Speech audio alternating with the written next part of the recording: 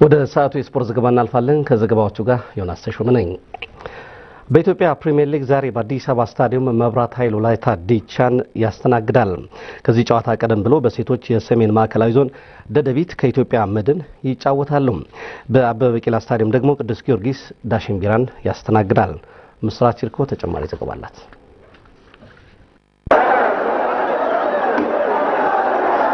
በኢትዮጵያ ፕሪሚየር ሊግ ከወራጅ ቀጠና በአንድ ከፍ ብሎ የሚገኘው መብራት ኃይል ዛሬ ከወራጅ ቀጠናው ለመውጣት በሚያደርገው ጉዞ ወሳኝ ፍልሚያ ይጠብቀዋል። በአዲስ አበባ ስቴዲየም ወላይታ ዲቻን ያስተናግዳል።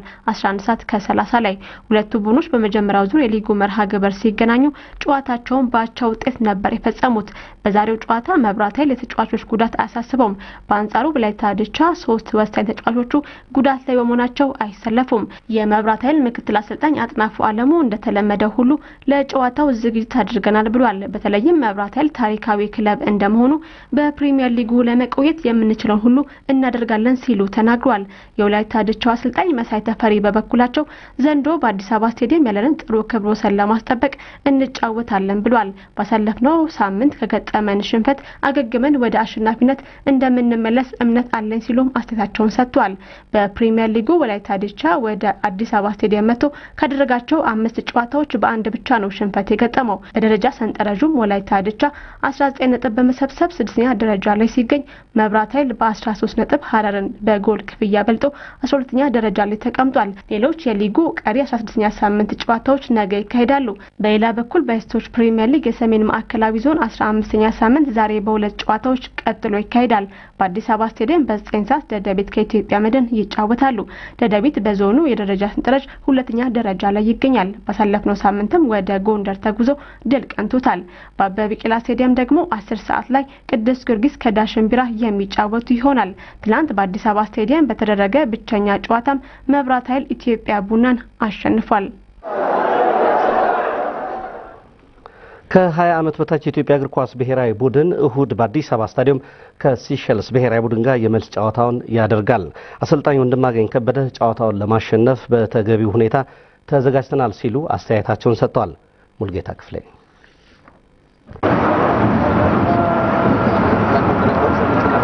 ጅማሮን እንደ አውሮፓውያን አቆጣጠር 1979 ያደረገው የአፍሪካ ታዳጊዎች ሻምፒዮና እስከ 2003 ዓ.ም ድረስ በዚሁ መጠሪያ ሲካሄድ ቆይቷል።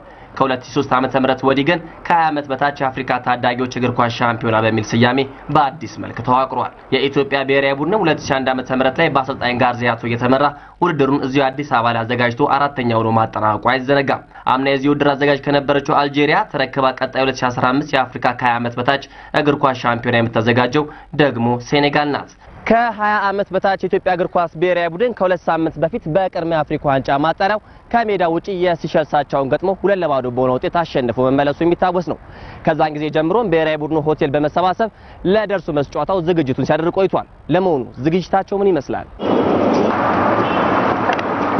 ዝግጅታችን እዛ አሸንፈን ስለመጣን የሚያኩራራ ሳይሆን እዚህም በህዝባችን በአገራችን በአየራችን ተጫውተን አሸንፈን ለማለፍ ነው የምንዘጋጀውና ጠንከር ያለ ዝግጅት እየሰራን ተጋጣሚያችንን ቡድን ምን አይነት አቋም እንዳለው አይተንና ተምረን የመጣንበት ጨዋታ ነው። በሲሸልሱ ጨዋታ ሁለቱንም የማሸነፊያ ጎሎች ከመረብ ያሳረፈው ሀያቱ አብዱራማንም አስተያየቱን ሰጥቷል። እኛ ጨዋታችን ሲሸልሱን ለማሸነፍ ብቻ አይደለም አፍሪካ ዋንጫ አልፎም አፍሪካ ዋንጫንም ማልፈን ተሳትፎ ብቻ ሳይሆን ጥሩ ውጤት ይዘን ለመምጣት ነው ካሁን የተዘጋጀን ያለ ነው።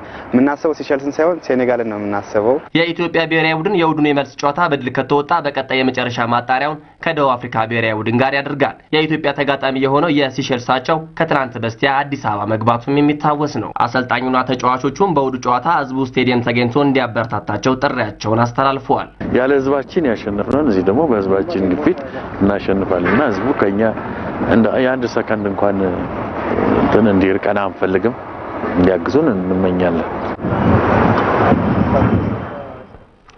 ሰላህዲን ሰይድ ለመጪው 3 ዓመታት ለግብፁ ታላቅ ክለብ አልአህሊ ለ3 ዓመታት ለመጫወት የሚያስችለውን ውል ፈጸመ። ሰላህዲን በአልአህሊ ለመጫወት የሚችልበትን እድል ለማግኘት በግብፁ ዋዲ ዳግላ ክለብ ያስመዘገበው ውጤት እንደረዳው ተገልጿል።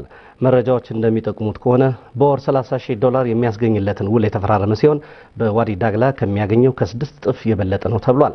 የደቡብ አፍሪካና የአውሮፓ ክለቦችም የሳላዲን ፈላጊዎች እንደነበሩ መረጃዎች አመልክተዋል።